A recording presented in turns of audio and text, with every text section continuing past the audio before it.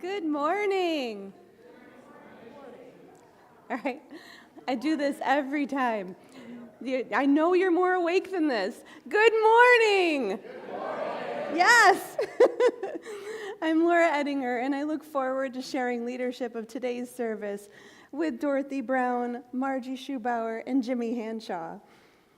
Whoever you are, wherever you live, whomever you love, and however you may spend your days, you are welcome at the Unitarian Church of Harrisburg. We invite you to join us for coffee hour following this morning's service, either downstairs or on Zoom. I invite you to take this moment to hold our space here as sacred by silencing your electronic devices and preparing yourself to be present. Online or in person, we're grateful for this time together. And please rise in body or in spirit and join us in singing our first hymn.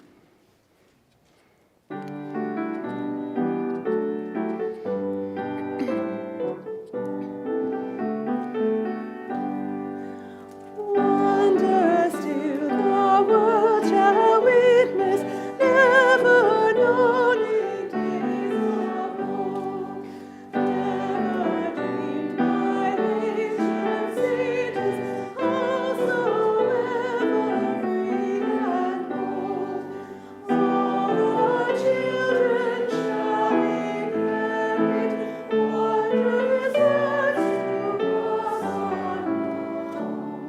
When the dawn of peace its splendor over all the world has shone, they shall boldly ring freedom, worlds of heaven new and new, worlds of commerce, worlds of science, all made known and understood. They shall know our world's secret, we shall rise from dimly see. They shall witness sounds and wonders, beautiful from sea to sea. For a spirit then shall move them, free but vaguely apprehend. Magnificent and holy, making joy and neighbor friend. Then shall bloom in song and fragrance, harmony of thought and deed. Fruits of peace and love and justice, where today we plant the seed. You may be seated. Our call to worship this morning is drawn from the words of Linda Susan Ulrich. Come now, all who are broken and cracked. Come to the place where your shattered pieces are the wrong materials of mosaic and kintsugi.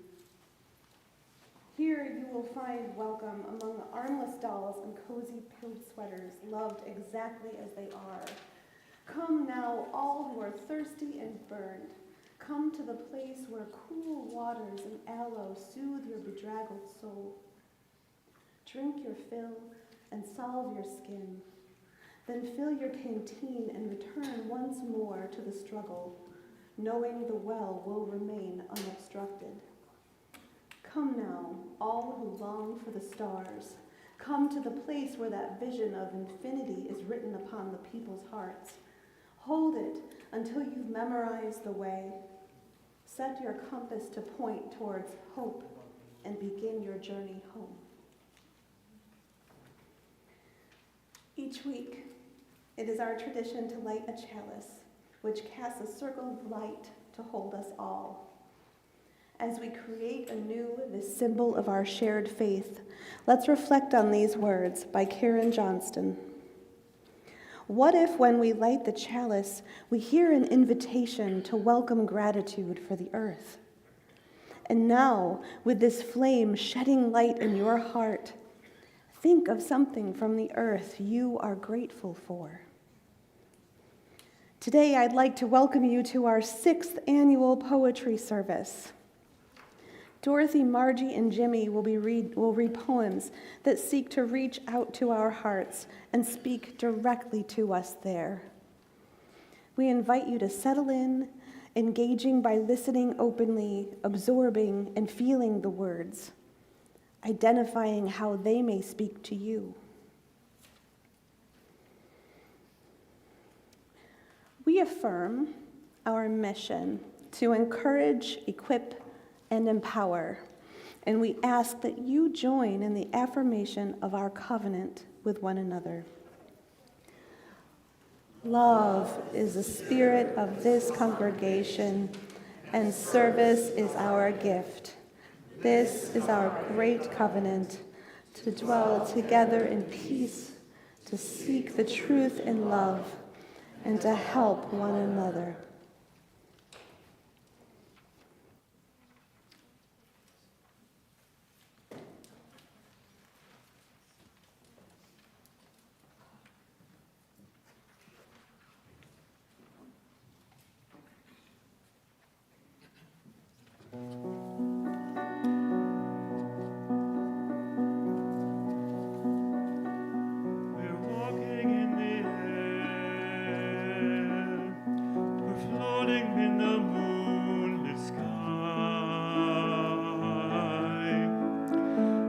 People far below are sleeping as we fly.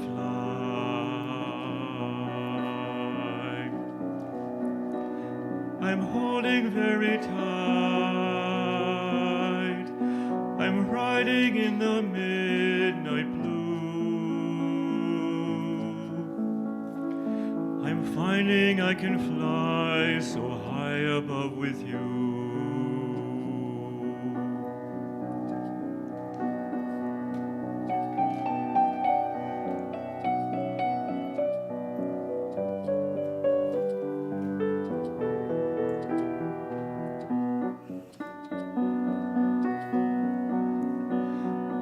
Across the world, the villages go by like dreams. The rivers and the hills, the forest and the streams.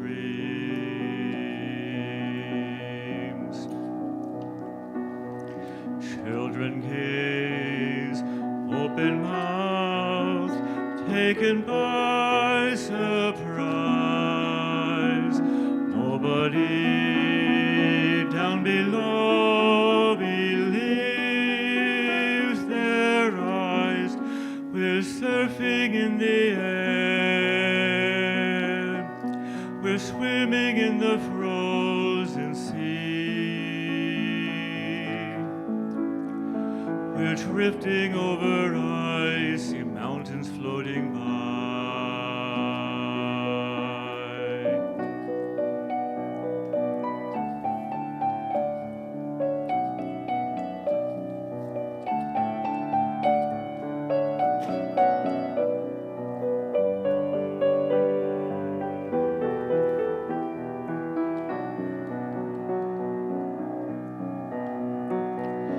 Suddenly, swooping low on an ocean deep, rousing up a mighty monster from his sleep. We're walking in the air, we're dancing in the midnight sky. Everyone who sees us greets us as we fly.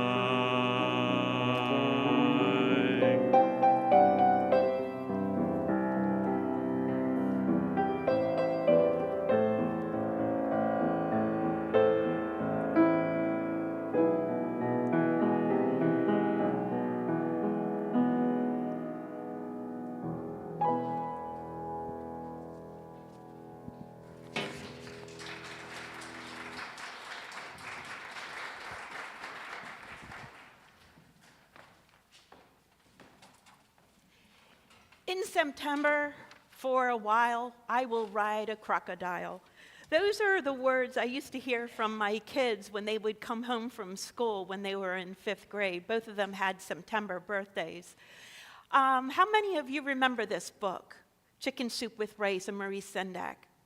Well, this one's going to be some audience participation. When we come to your month, I want you to join with me as we state these lyrics. And then I'm curious, how many people remember the song that went along with this? Maurice and Carol. Yes, yeah, it was a fun song. All right, let's begin with January. In January, it's so nice while sipping on the sliding ice. Do we have any January birthdays? I'm not sure if I hear you. Please join me. In January, it's so nice while sipping on the sliding ice. To sip hot chicken soup with rice, sipping once, sipping twice, sipping chicken soup with rice. Thank you. February birthdays. Any February? There you go. I want to hear your voices. February. In February, it will be my snowman's anniversary. With cake for him and soup for me, happy once, happy twice, happy chicken soup with rice. March. In March, the wind blows down the door and spills my soup upon the floor. It laps it up and roars for more, blowing once, blowing twice, blowing chicken soup with rice. April. In April, I will go away to far-off Spain or old Bombay and dream about hot soup all day. Oh my, oh once, oh my, oh twice, oh my, oh chicken soup with rice. May. In May, I truly think it best to be a robin lightly dressed, concocting soup inside my nest. Mix it once, mix it twice, mix that chicken soup with rice. And we have June. In June, I saw a charming group of roses all begin to droop. I pep them up with chicken soup. Sprinkle once, sprinkle twice, sprinkle chicken soup with rice. July. In July, I'll take a peep into the cool and fishy deep, where chicken soup is selling cheap, selling once, selling twice, selling chicken soup with rice. And August. In August, it will be so hot, I will become a cooking pot. Of course, why not? Cooking once, cooking twice, cooking chicken soup with rice. Thank you. In September for a while, I will ride a crocodile down the chicken soupy Nile. Paddle once, paddle twice, paddle chicken soup with rice. October. In October, I'll be host to witches, goblins, and a ghost. I'll serve them chicken soup on toast. Whoopee once, whoopee twice, whoopee chicken soup with rice. In November, we have November. In November's gusty gale, I will flop my flappy tail and spout hot soup. I'll be a whale, spouting once, spouting twice, spouting chicken soup with rice. Thank you. And December.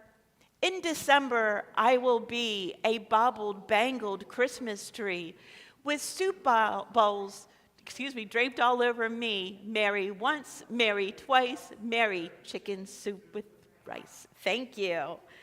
I told you once, I told you twice, all seasons of the year are nice for eating chicken soup with rice. Thank you. And now we will we don't actually sing our kids down. We walk our kids downstairs. Thank you.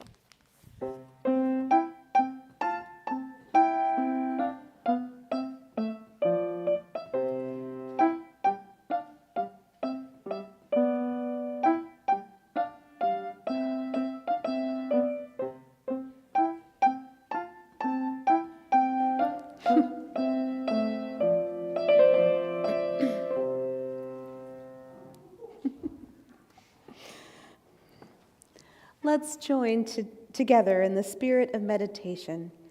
opening our hearts and minds to these words from a poem by David White. Inside everyone is a great shout of joy waiting to be born. Even with summer so far off, I feel it grown in me, now and ready to arrive in the world.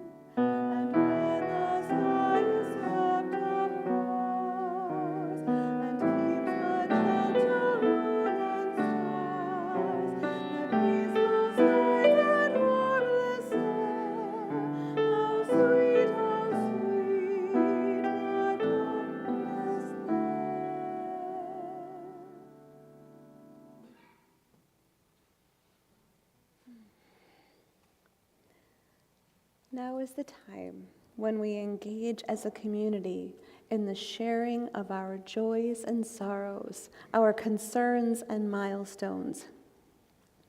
When we join together to hold each other in support and in celebration, we deepen our sense of interrelationship. We may find our sorrows eased and our joys magnified. I invite you to share them now through writing them on a slip of paper in the back or typing them in the virtual chat if you're with us online. Please indicate whether your message is okay to share out loud. You can also honor whatever you're holding in your heart by coming forward and placing a stone into the water of community. If you wish to place a stone in the water, I invite you to move up the center aisle, returning to your seats by the side aisles. Spoken or unspoken, our hearts join with yours in carrying all that life brings.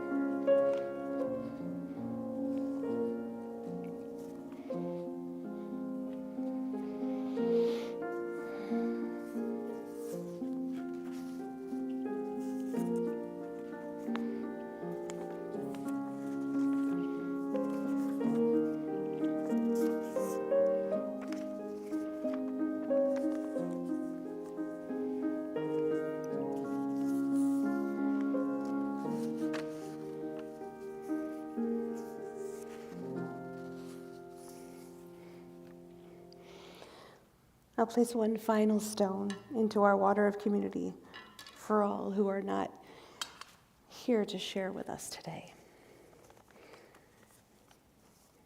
Some joys and sorrows that you've offered up to share with us. Ed and Karen Sykes share. Karen and I celebrated our 47th anniversary on December 30th, this past week.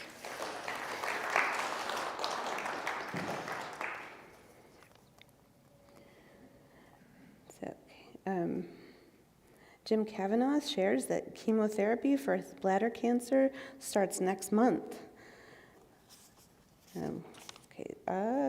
My friend and former intern Vivian Vizzy Davis will be preaching this afternoon at a Baptist church in Baltimore, the first woman minister in their 100-year history. Yeah.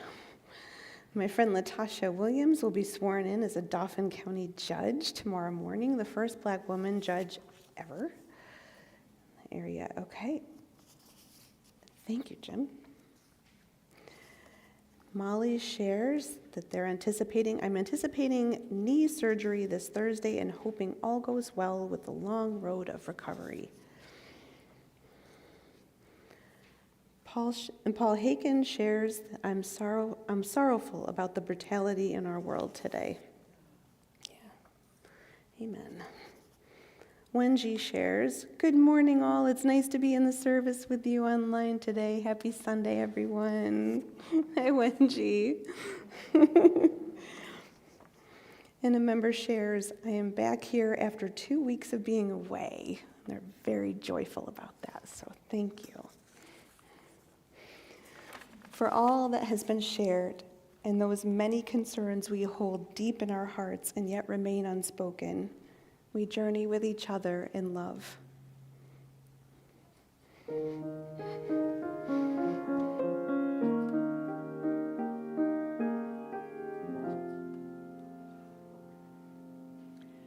Sometimes poems help us know how to live our lives. Today we're reading 3 modern poems you're probably not familiar with. As Jim and I and Marjy each read a poem, let the meaning kind of wash over you and enter your minds and hearts. First will be Jimmy.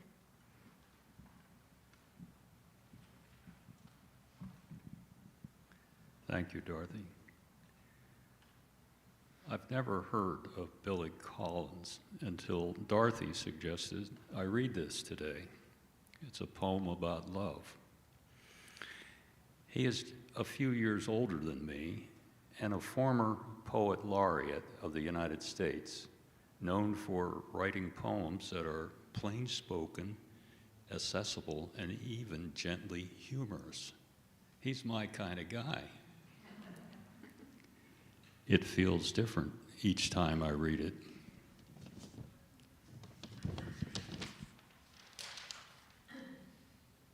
Love by Billy Collins. The boy at the far end of the train car kept looking behind him as if he were afraid or expecting someone. And then she appeared in the glass door of the forward car, and he rose and opened the door and let her in. And she entered the car carrying a large black case in the unmistakable shape of a cello. She looked like an angel with a high forehead and somber eyes, and her hair was tied up behind her neck with a black bow. And because of that, he seemed a little awkward in his happiness to see her. Whereas she was simply there, perfectly existing as a creature with a soft face who played the cello. And the reason I am writing this on the back of a manila envelope, now that they have left the train together, is to tell you that when she turned to lift the large cello onto the overhead rack, I saw him looking up at her, and what she was doing, the way the eyes of saints are painted, when they are looking up at God, when He is doing something remarkable, something that identifies Him as God.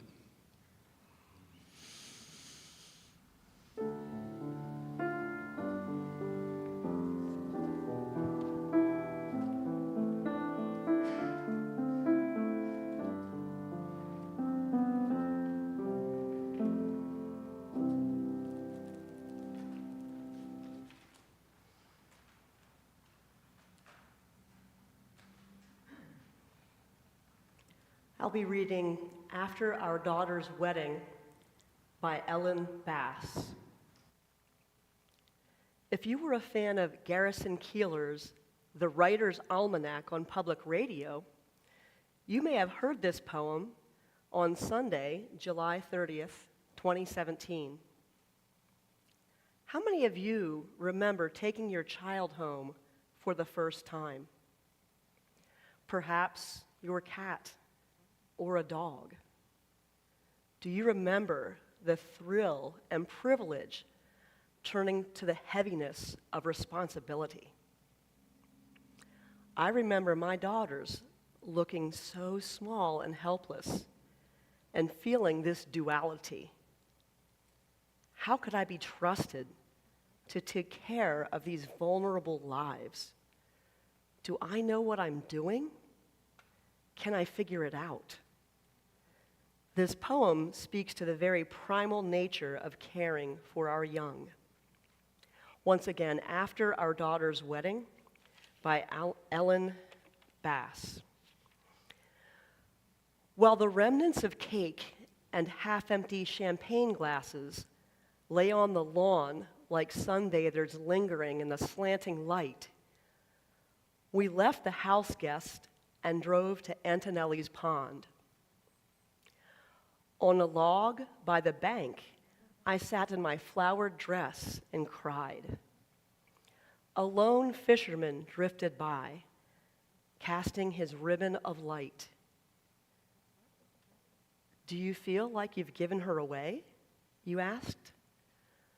But no, it was that she made it to here, that she didn't drown in a well, or die of pneumonia, or take the pills.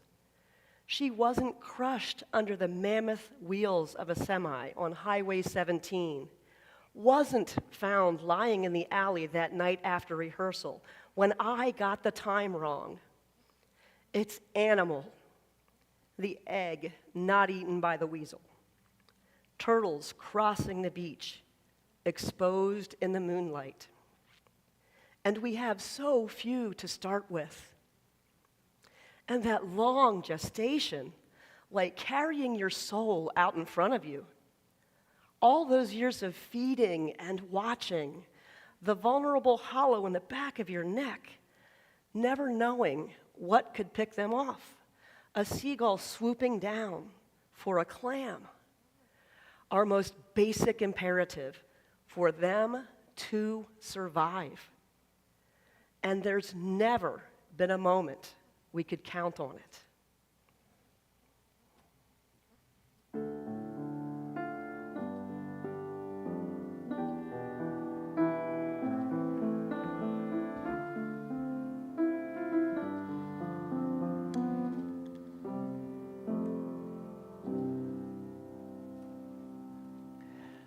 I know when I get up to read a poem, you're saying to yourself, oh boy, it's going to be a long one.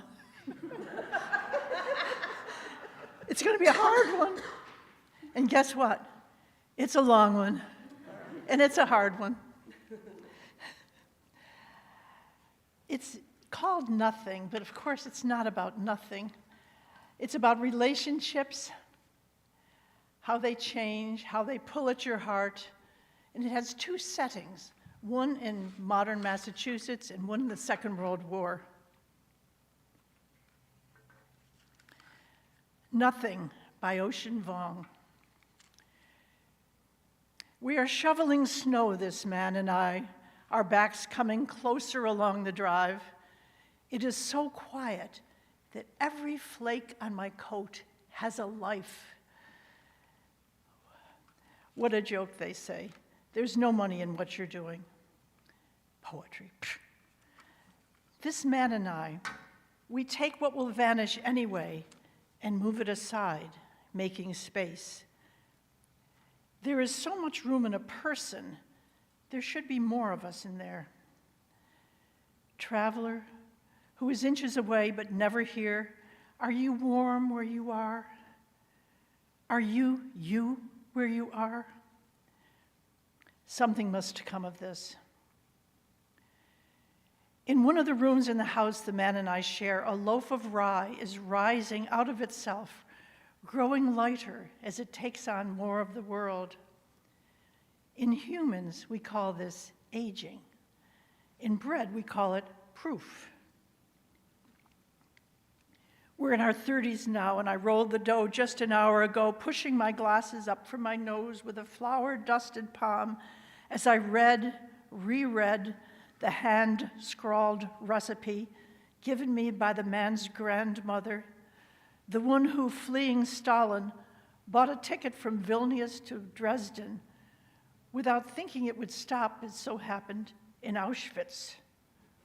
It was a town, after all, where she and her brother were asked to get off by soldiers who whispered, "Keep moving, keep moving," like boys leading horses through the wheat fields in the night.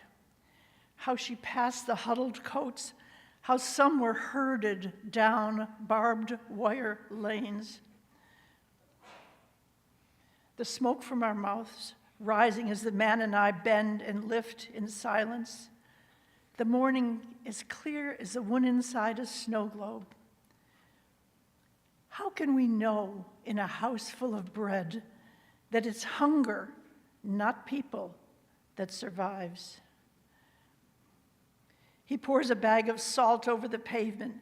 From where I'm standing, it looks like light spilling out of him, like the dusty sun ray that found his grandmother's hands as she got back on the train with her brother at her side.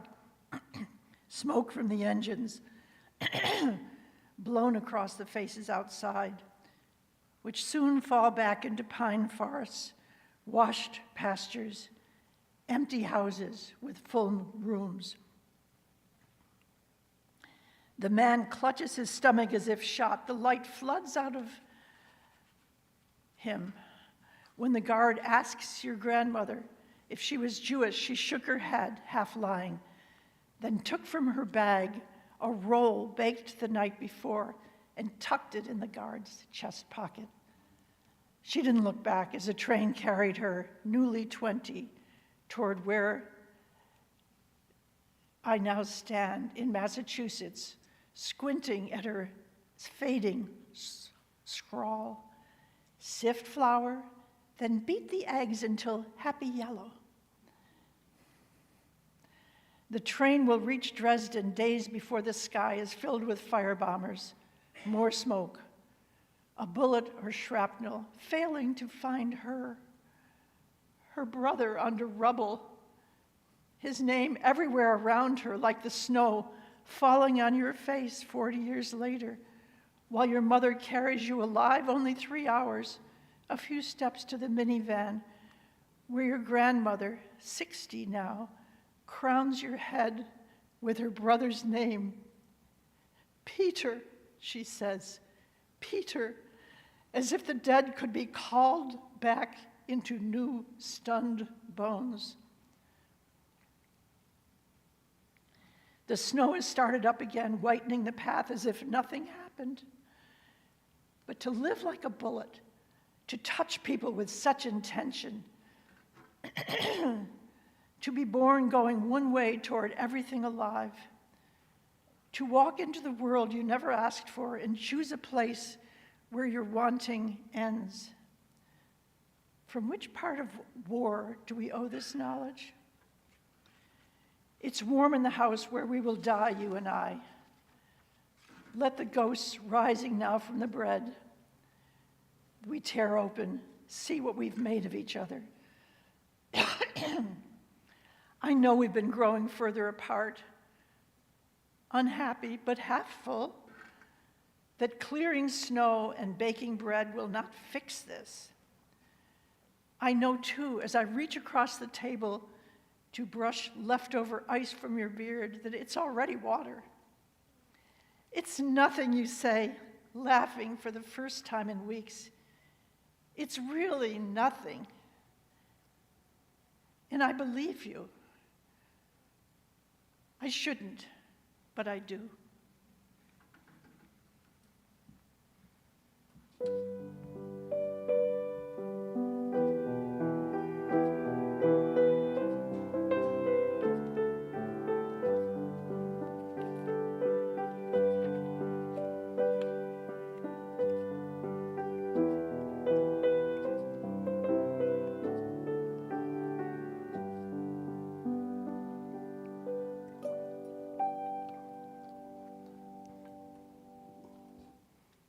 Thank you, Lois.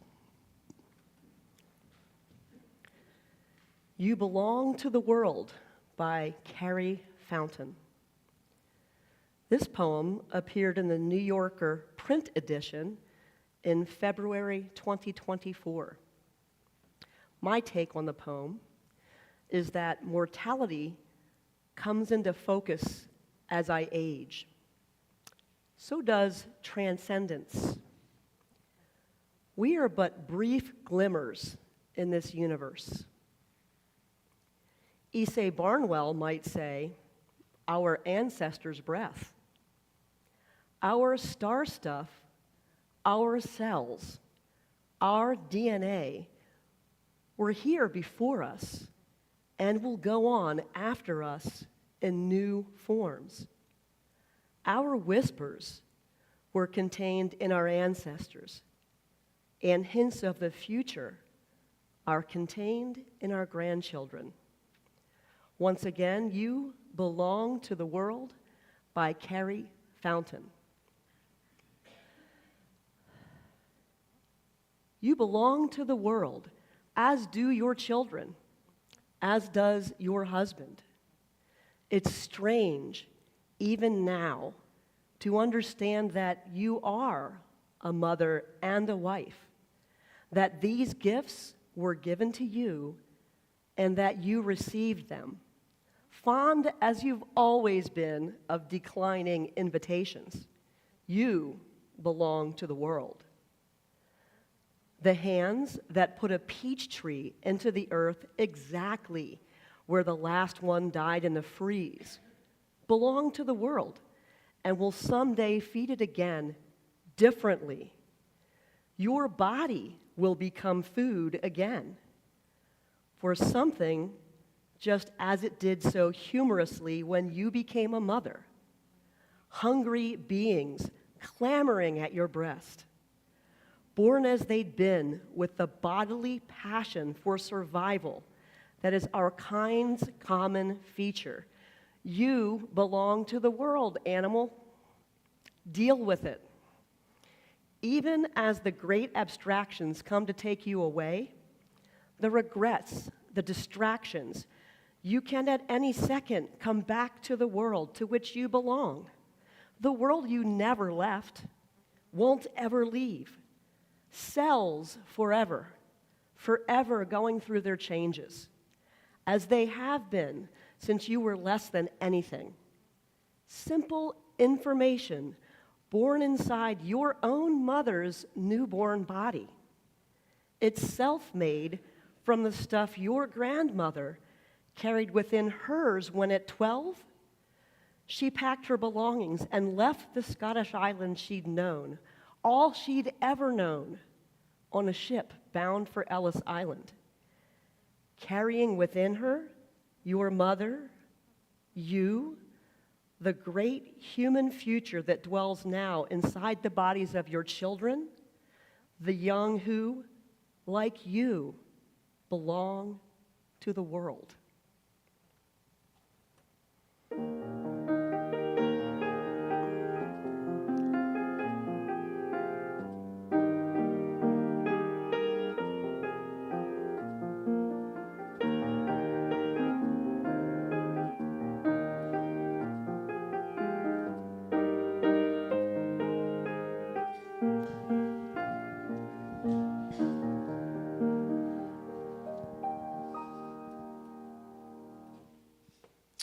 Good morning. I am Andy Back, and I serve on the UCH Board of Trustees. I'm here to represent the important labor and leadership that our members offer to keep this congregation thriving. The Unitarian Church of Harrisburg is, as always, an intentionally gathered congregation of freely thinking, loving people. The church is created, sustained, and supported by us. For the month of January, we are sharing with Gracie's House. Founded in 2023 in Lidditz, Gracie's House helps provide resources to improve the quality of life for LGBTQ+ youth and their families. It also sponsors Pride Camp, the first and only overnight camp for LGBTQ+ youth, siblings, and allies in Pennsylvania. The organization was nominated by Yvonne Duval, whose daughter attended camp last July. Her daughter described it as the best camp of her life, possibly even the best week of her life. It was the first year of this camp with 30 kids and teens attending. She came home with contact information for 13 campers and tons of stories. The nomination is specifically targeted to support the 2026 summer camp to enable other youth to attend regardless of financial capability. If you wish to contribute online, visit uchbg.org and scroll to the bottom of the page for options. You can also scan the QR code found on the back of your order of service. Your financial support and commitment matter. Please consider giving what you are able.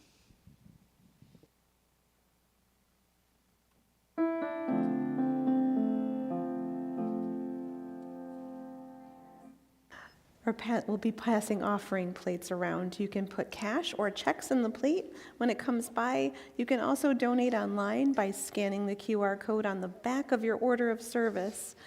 Everyone's support is important to the church. Please consider giving what you're able.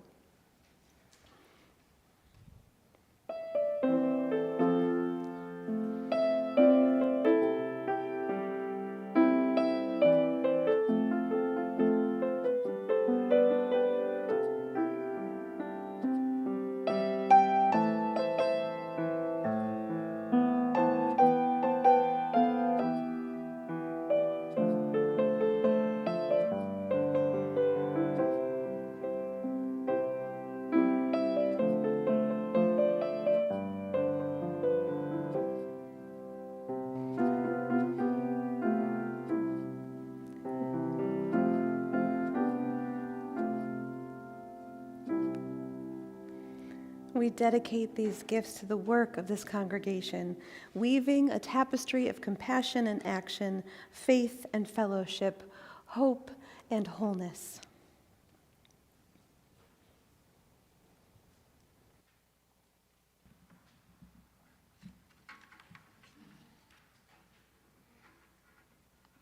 In this last poem, the poet puts forth the idea that the essence of beautiful things may be God. Maybe the essence of beautiful things might be God. I like that. Maybe you do too. Praise by Dinah Livingstone. I praise sky, not God for it, in it. Just itself this morning, vast and variable, sun-filled bowl where the puffs float, feathered streamers proceed, high azure satisfies a wide expanse of heather. I praise heather, not God for it, in it, but its own intense color, light-filled, amethyst, peerless this year, here on the sloping sides, Hardly Hills, lazy all the way to the far wood. I praise trees, each one its own, not God for it, in it, alive with secret growth. Praise be forever.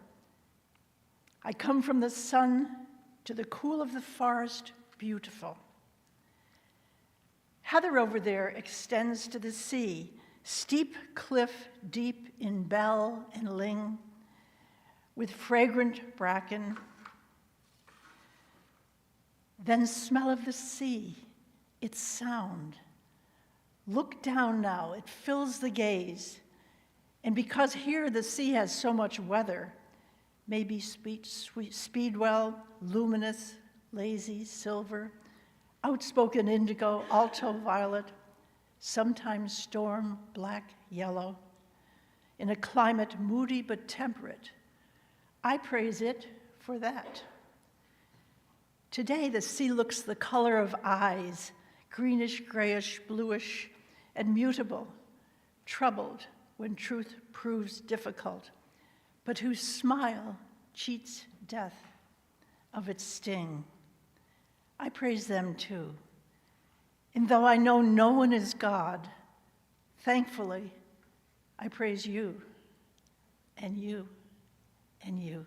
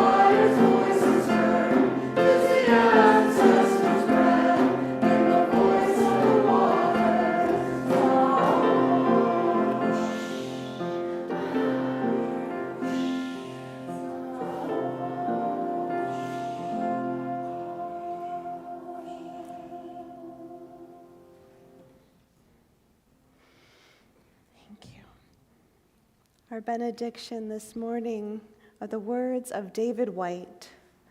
You can belong to everything simply by listening. So let this winter of listening be enough for the new life I must call my own.